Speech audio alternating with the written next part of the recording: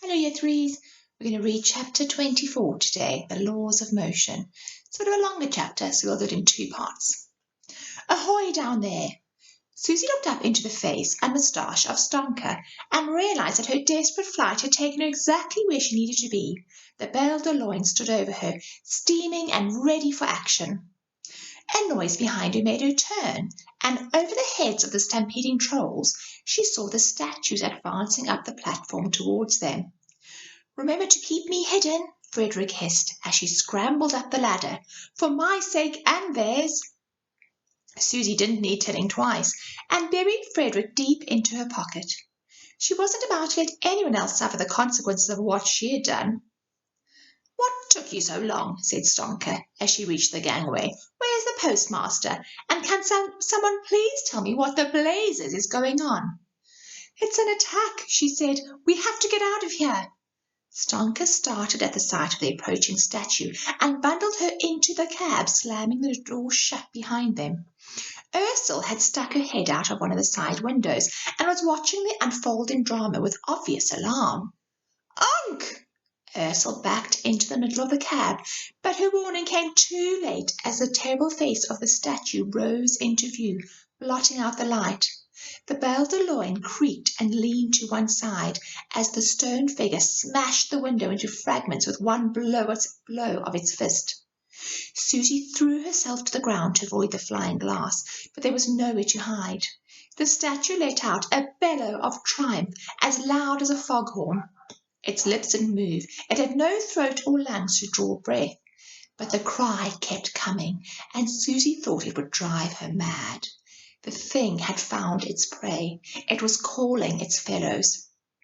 Something moved over her, very close to her head, and she looked up, expecting to see a stone hand reaching for her.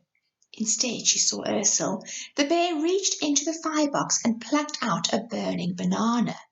There was a sizzling sound like bacon frying, and flames licked hungrily at the fur on her paw. Then with one leap she threw herself at the window and shoved the banana straight into the statue's face. There was an eruption of blue sparks, and the statue fell away. A second later they all heard the heavy crunch as it hit the platform. They raced to the window to see. The statue lay below them, its head wreathed in blue fire. Its cry died away as the flames blazed brighter. "Get down!" barked Stonker. Susie was about to ask him why when the statue's head exploded. She threw herself flat as fragments of stone pinged and whistled off the body of the engine. She blinked away the purple blob that the explosion had left on her vision and raced back to the window. There was very little left of the statue, just a pair of stone legs lying at the fringe of a smouldering crater. "That was horrible!" she exclaimed. "That was lucky," said Stonker, springing to Ursel's side. She was still lying on the floor where she had sheltered from the explosion. "Of all the dashed silly things!" Susie joined him, and together they helped Ursel into a sitting position against the wall of the cab. The bear let out a low growl and clutched at her paw. The fur had burned away up to her elbow, leaving angry red blisters. "I've seen some irresponsible manoeuvres in my time, but that one tops them all," said Stonker. "You could have blown yourself sky high." "Growth," said Ursel. Stonker smiled. "Yes, I'll admit it. It was rather wonderful. Thank you." Susie threw her arms around Ursel's neck in a hug. Ursel grunted and extended her uninjured paw in what looked suspiciously like a thumbs up. They all turned at the sound of another foghorn cry. It came from some distance away, but was still too close for comfort.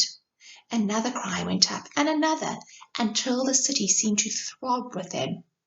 "The other statues," said Susie. "They're coming." "We'll make a move as soon as the postmaster's aboard," said Stonker.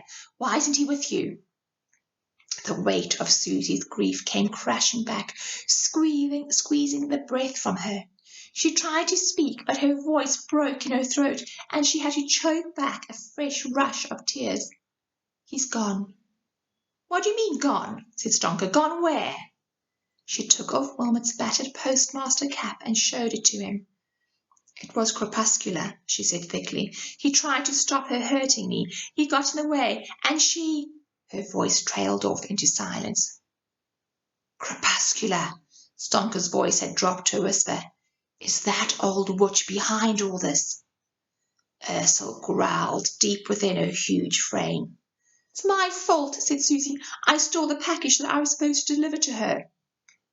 Then for pity's sake, give it back, said Stonker, before anyone else gets hurt. I can't, she cried. It wasn't hers in the first place, and now I have to get it to the ivory tower. Stonker's moustache twitched as he digested this. You mean we were handling stolen goods? That's a pretty steep charge. He exchanged a look with Ursel. So what is it? Treasure? Cursed artifact? Forbidden codex?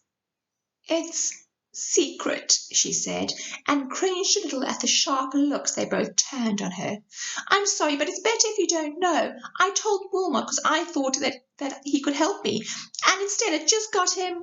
The word felt so big and heavy that she had to force it out. Killed!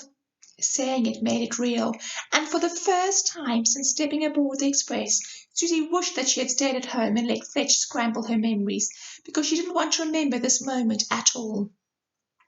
This package belongs at the ivory tower, said Stonker. Yes, said Susie. If we can get it there, Crepuscular will stop chasing us, I hope. Stonker regarded her for a moment, weighing what she had told him. Finally, he accepted it with almost an imperceptible nod. Then we'd better make ourselves scarce, he said. There was no sign of his usual exuberance as he turned to the controls, but a steely resolve. He released the brake lever and began backing the express out of its siding. Susie looked out of the porthole at the Trollville skyline sliding past. More statues were coming. She could see them climbing over the stationary freight cars and their sidings and marching along the platforms towards them. She counted 5, no 6, 7 already. Something circled in the air overhead. Crepuscular's gargoyle. They're almost here, she said, biting her lip.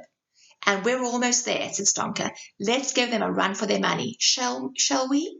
For Wilmot. Ursel growled in agreement, and their determination lent Susie a little more courage. For Wilmot, she said. Let's do it. They backed out of the siding onto the main lines, and Stonker threw the engine into forward gear. Yeah, Threesby, we'll stop there, and I'll see you back tomorrow for the rest of the chapter.